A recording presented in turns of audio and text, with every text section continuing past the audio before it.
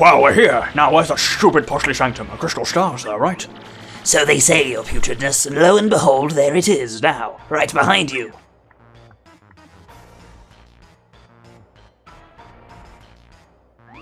Oh, great. About time something worked out for old Bowser. In we go. Hello, ladies and gentlemen, and welcome back to Super Paper Bowser Brothers. Oh, I cocked that up, didn't I? Oh, I'm letting people talk about... What? Man, that was a complete cock-up of an intro. I'm just going to try that again. Hello, ladies and gentlemen, and welcome back to Paper Bowser, the 1,000-Year Door. It worked this time. In the last episode, we defeated Lord Crump and got our final Crystal Star. In this episode, time for some interludes. It's locked. It won't budge. Darn it! The lock broke. Oh, baby, awesome. It opened. Talk about lucky. I guess rage really pays.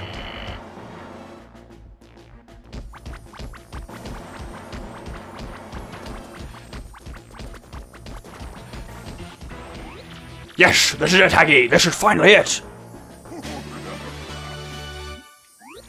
At last, I've got my mitts on a crystal star. Yes. Impressive work, Lord Bowser. You're the absolute best star-getting guy.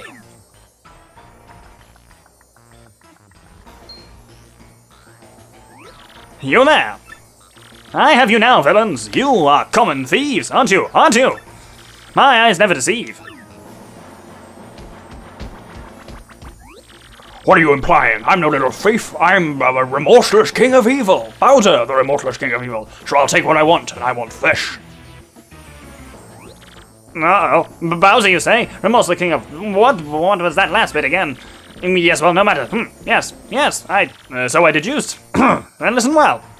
That crystal star is actually a veritable red herring. Yes, an imposter. What? A fake? But look at this fancy display, the pedestal and everything, it's so posh. If it's a fake, then where's the real one, huh? If you must know, I gave the real one to Luigi. Oh. You have got to be kidding me. You mean to tell me that Luigi beat me here? Those Mario brothers are the most annoying brothers of all time. How bothersome. The fact that we keep being outmaneuvered is disturbing. But where in the world could Mario and his brother be heading? Where? Lord Bowser. Ah, Paragoomba, what are you so worked out over? Tell me. Now reporting, sir. Ma'am. Sir and ma'am. Mario's collected all the 7 crystal stars and is headed for the 1,000-Year Door. Hurrah? The 1,000-Year Door? What in the heck is that? The 1,000-Year Door. An unbelievably legendary treasure is behind that door. Then I'm gonna be there too, immediately, and I'm gonna ruin Mario.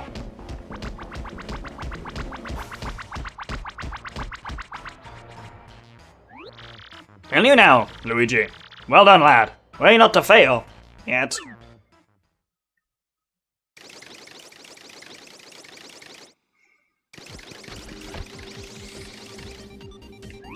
We finally got all 7... Oh, still stuck in someone else's voice. We finally got all 7 crystal stars. Corking! Now we can open the 1,000-Year Door. Ah, yes, but... we still don't know where Princess Peach is. I'm still in Bowser's voice. We still don't know where Princess Peach is. There we go. Back into Bobby's voice there. Well, let's head back to Rogueport then, eh, old boy? Perhaps Professor Franklin can help us find out where Princess Peach. But before we go, there's one final bit of business left to take care of in the Exnaut Fortress. You may have noticed, no Peach interlude, because that's deliberate, because they don't want us to know where Peach is. But if we summon this thing up, if you remember from last time, there's sub-level 4 that we never went to.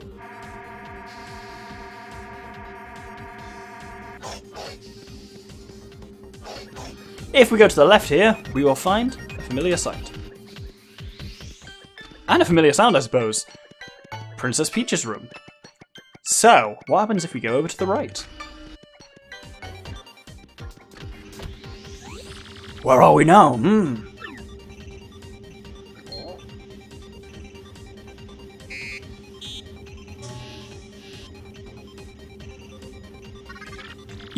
Mario, are you not? It is pleasant to meet you.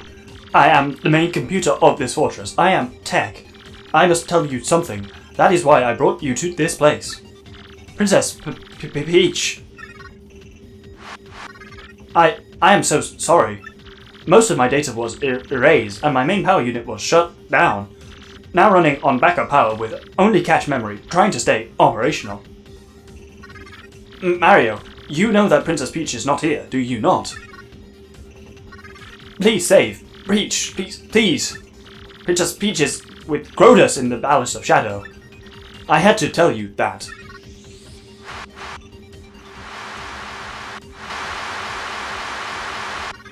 But backup power failing. Mario, use the teleporter room to get back to Roadport. Teleporter room is on sublevel 2 of the fortress. I will release the room lock. Peach is in the Palace of Shadow? Please hurry, there is barely enough power left to activate the teleporter. I will cease all AI functions to send power to the teleporter for you. But what will happen to you? When the power is all gone, I will cease to exist as an artificial consciousness. But if it will save Peach, I would gladly do this. Because until I met Peach, I knew nothing of love. Do not worry about me. I am just a computer, just a machine. Mario, you must save Peach. I ask you, please. And tell her.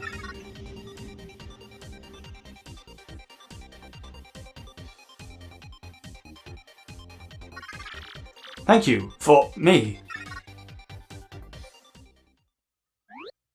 We will, Tech. That was still in Bowser's voice. So, hurry to the teleporter room now. Mario, save her.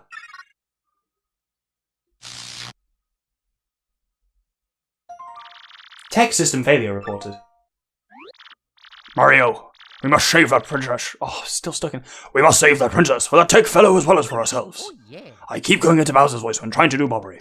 I need to. The way I get into Bobbery voice is going and jowling up properly. So I suppose I need to do that a little. I keep slipping back into Sean Connery. Good lord. Anyway, if we go up to sub-level... I've lost control of my voice. It's completely bollocks. Let's go up to sub-level 2. So weirdly, if we'd come up here immediately after defeating your man... not Grodus, what the fuck's he called? Lord Crump, then we would find this room locked, which is to kind of convince you to go downstairs and do the stuff with Tech. But it's now open again, so we can head back to Roadport.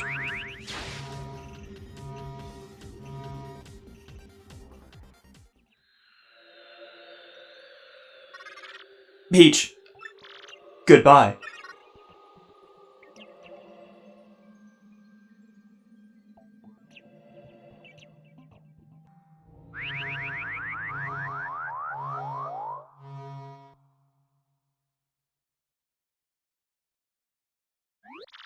Crackety, I say, old boy, did you just hear something?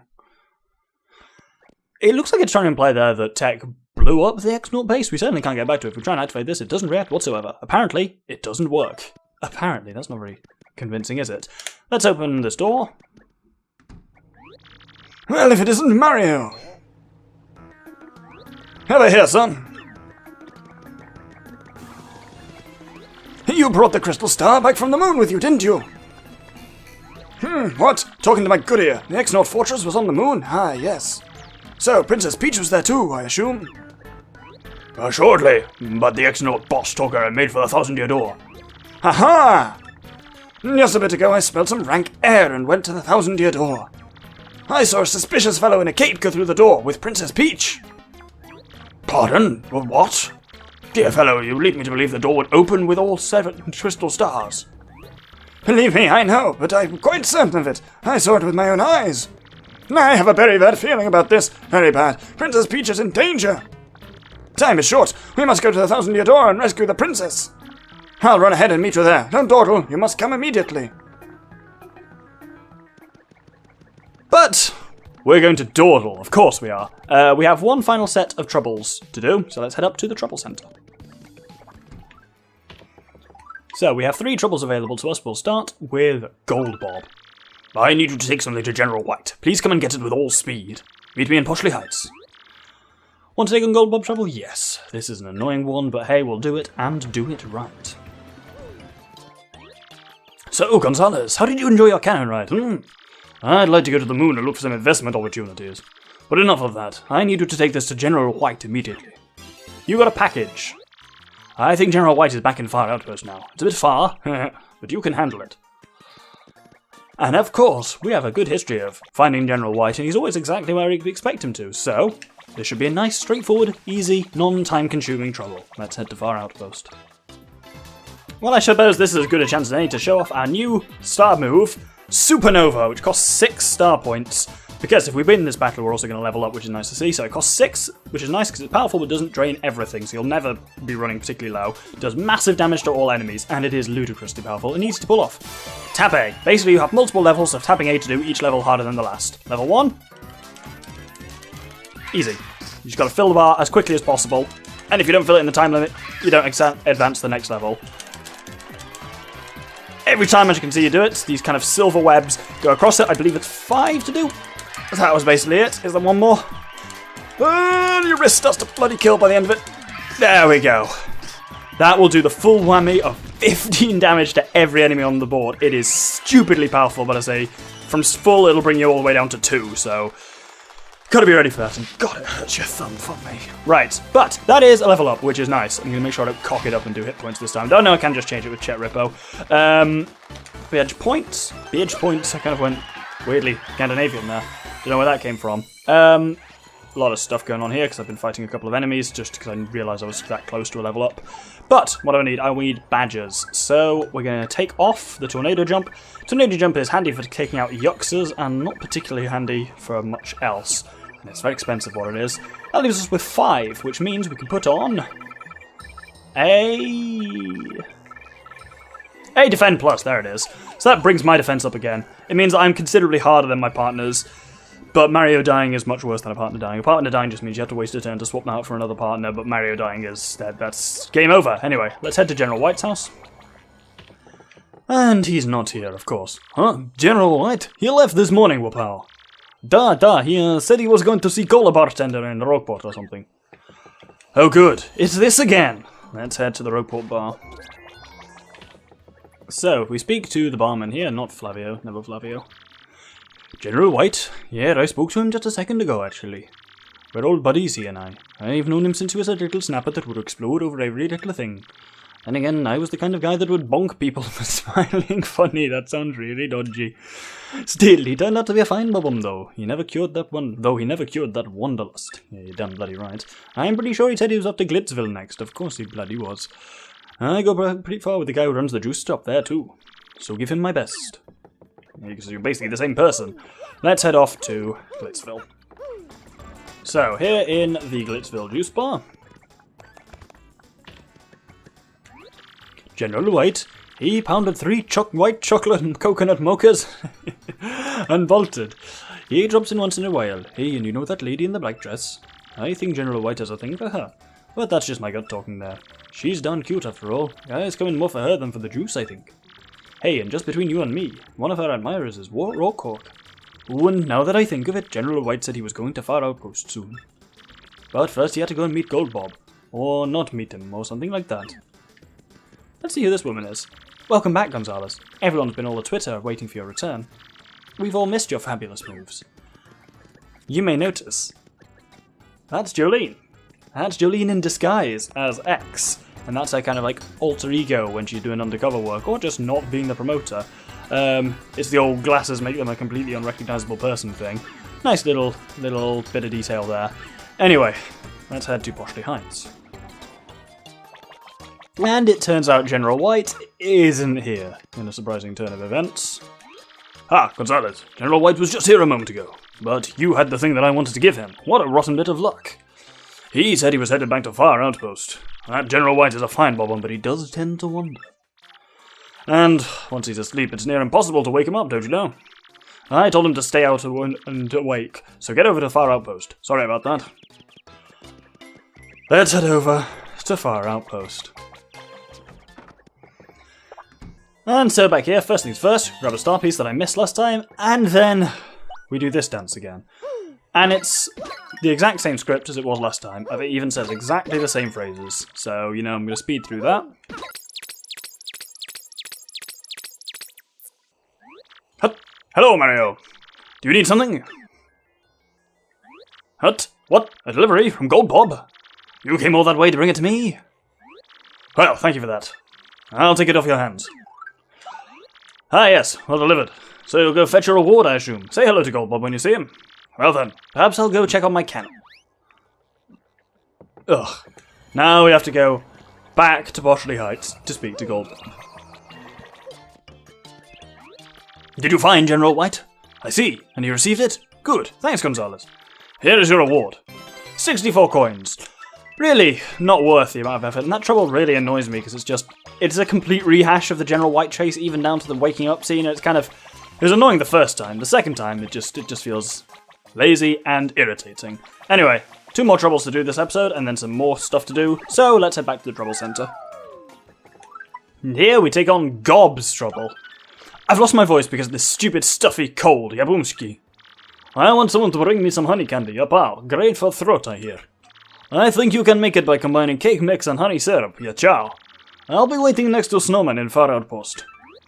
Fortunately, we already have honey candy left over. Honey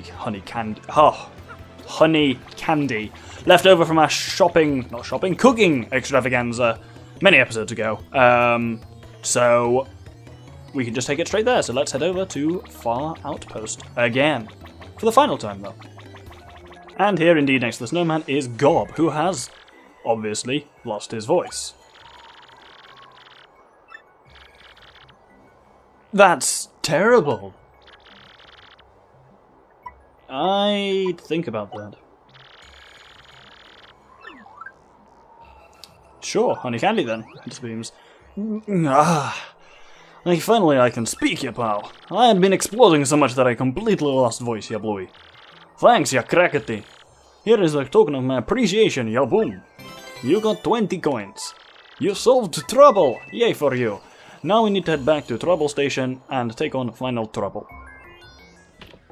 So, our final trouble is for Toadia. I want to meet Luigi. I must meet my darling Luigi. Come to the fountain in Poshley Heights for details. Let's do just that. Fortunately, the pipe spits us out exactly where we need to be. This here is Toadia. Hello, so you accepted my request for trouble help? I thought maybe it'd be Luigi. Oh well. So, could you bring him here maybe? I'm a huge fan of his. I just have to meet him, and I want to give him a cake. I have to give him a cake. Okay, bring Luigi here. Got it? Sure, we'll bring Luigi here. Wink, wink. So, who's noticed that I'm now dressed as Wario? Yes, I did a crafty thing off camera. I'll show some footage here. That I purchased the W emblem from Charlieton, which makes me dress like Wario. But that's not what we need here. We need Luigi, so I know he's our brother and we could speak to him, but the far easiest way to do it is to lie, and to dress up as him with the L emblem. Let's talk to Toadia again. Yee! I can totally tell. I've never met him before. But I can absolutely tell. You're the real Luigi!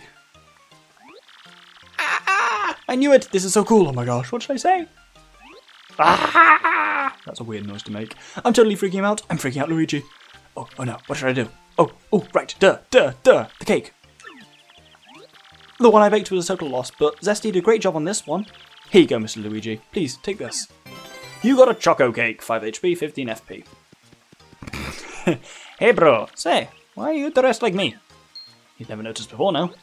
Hey, who do you think you are? You filthy imposter! Police! Imposter, apparently. Sean Connery makes an appearance. What? I'm no imposter. I'm a Luigi. Hey, say something, Mario. He's so much like Luigi, it's creepy. He's trying to masquerade as Luigi to interrupt our special time together. God, she's a bit of a creepy obsessive fan, isn't she? That's crazy. This is a nightmare. A bad dream. I won't believe it. Wake up. No way. I know I wasn't supposed to see that. No way. Don't worry about it. Don't worry about it, even? That was a question? Oh, thanks, Luigi. You're so sweet. And thanks for coming today. I will always treasure these moments, these weird, creepy moments. Always. So please, come see me again, okay? You solved the trouble. Very strange and disturbing trouble. We get cake for efforts, I suppose. Right, 3 more things to do this episode. We're probably already at the 20-minute mark or beyond it, but either way, we've got stuff I need to conclude. Let's head to the Pianta Parlor first. So here I'm just going to play a quick round of the playing game again, because I need to earn literally 1 more Pianta. I could just buy it, but I'm not going to, because I need to buy a special thing before we proceed.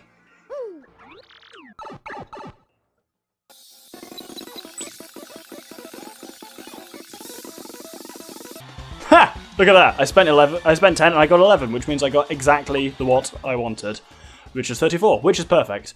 So, with that, I can buy a badge which may prove very handy for me. You can get this, I believe, is part of the rotation on the lovely House of Badges, but it's also, in here, is the Power Jump. Stop an enemy using lots of attack power. It's the equivalent to Power Smash, but for jumping, and only costs 1 BP, which we don't currently have, but we'll have it at the next level up, hopefully, which is not due for a while, but still. Handy to have. Actually, I'm gonna... I can take off, I think, the first attack, because we're not going to need that for a while. First attack... Yeah, because basically we're not going to be against weak enemies anytime soon. So, first attack, not necessarily power jump, yes please. So it's basically, yeah, just does a lot of attack power in one. I don't know if it's actually more powerful than a spin jump. Gonna have to see. Either way, 2 more things to do. Let's head up to the top floor of the inn, of all places. And here is Luigi once again. Hopefully we haven't freaked him out too much. Let's see, adventures. Oh, of course, me. I'm done questing for now. Yup, I scaled Hitsong Tower the other day and rescued fair Princess Eclair.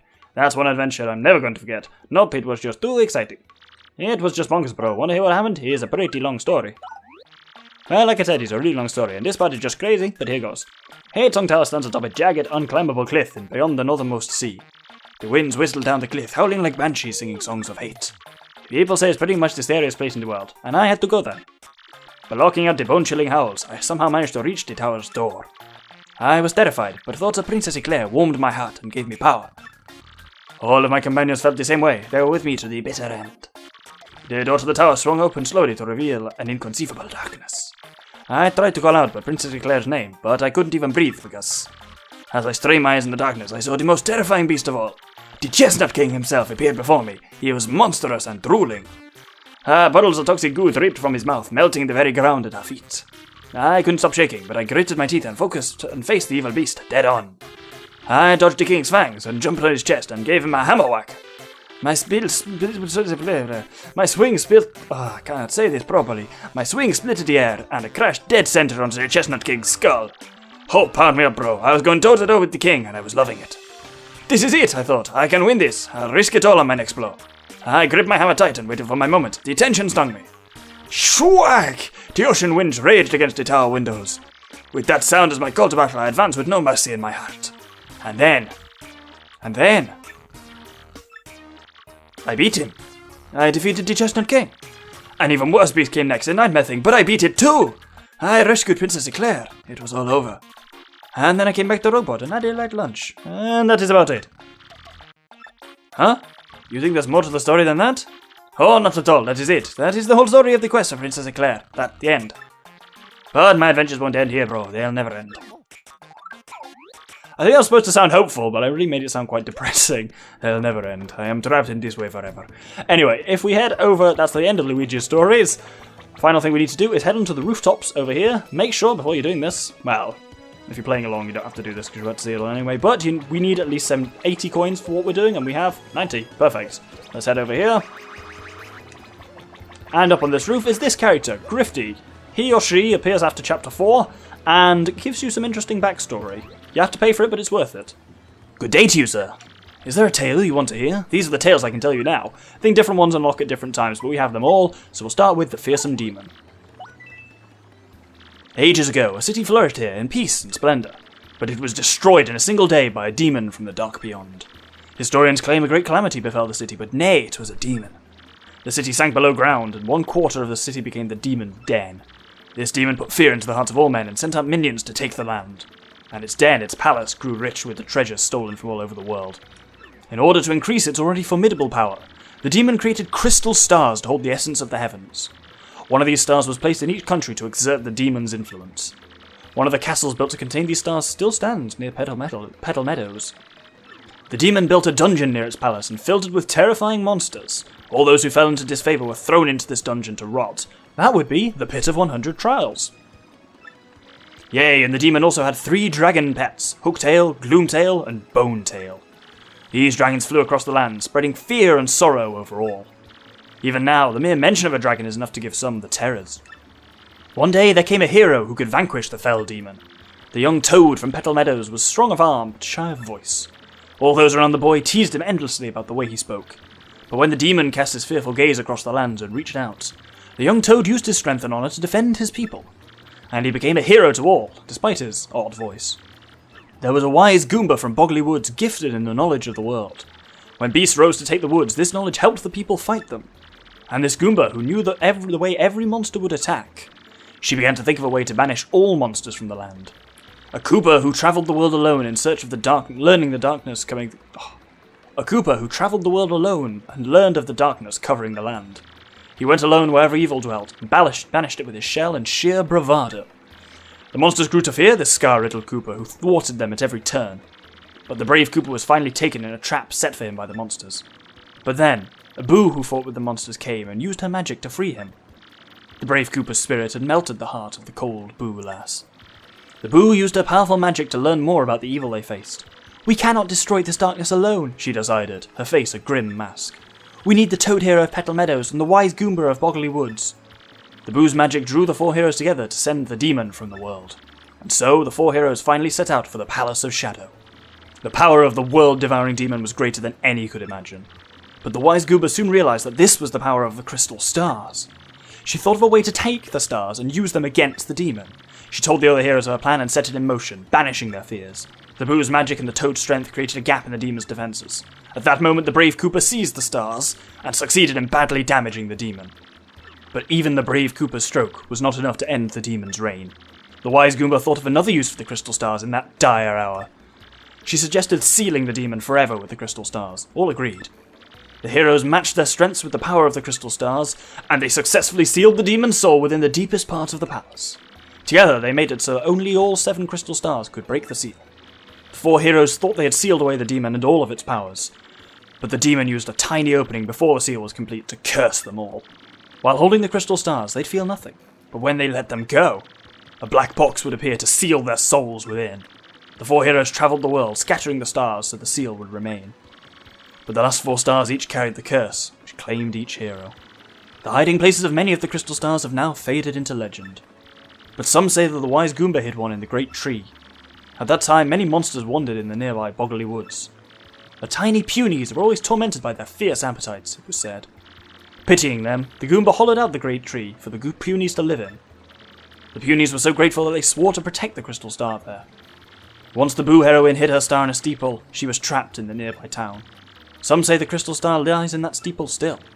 The Koopa went to the Southern Isle to hide his star where none would find it. But the Koopa was so tired from his journey that the pirate Cortez stole it easily. In that very instant, the brave Koopa was trapped in an inescapable chest. But Cortez did not realise the power of the star and lost it amongst his treasures. The strong Toad held his star and continued his arduous journey. But eventually the miles took their toll upon him and he collapsed. A travelling healer happened by and saved his life. But the Toad knew his fate was to be trapped in the box when the star was gone. So he asked this healer to hide the star in a secret place, known to no one. After the demon was sealed within the Palace of Shadow, many refused to come near the place of terror. But as the years passed, entire generations forgot, and the penniless and the immoral began to congregate in this once barren place. This place soon became a populous harbour, the town of Rogueport. And some even began to say that the underground city held a legendary treasure, but they were unaware that the demons slept beneath them still. The heroes knew that the seal might not last forever, and so they sought to make the crystal stars available to one who might need them. So, before going to their individual dooms, they made a map to all the stars, and to prevent an evil force from misusing this map, they placed it in a box that could only be opened by the pure of heart. And there we have it, there's the story. You have to pay for it, but I think it's worth it, because it gives you a background on the demon, the crystal stars, and most importantly, did you pay attention to where the chests ended up? Kind of when the heroes were sealed away. Indeed, those 4 heroes are the 4 black chests who, in inverted commas, curse you with your paper powers. Because they're cursed and they're supposed to be evil, but they still want to help Mario. So they have to disguise their cursing. They're helping us cursing. And that gives a nice bit of backstory in that, which I really like.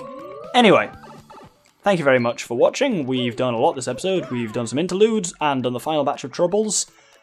Next episode, we're going to be going down into the Palace of Shadow to find Peach and whatever else is lying down there. Thank you very much, and good day.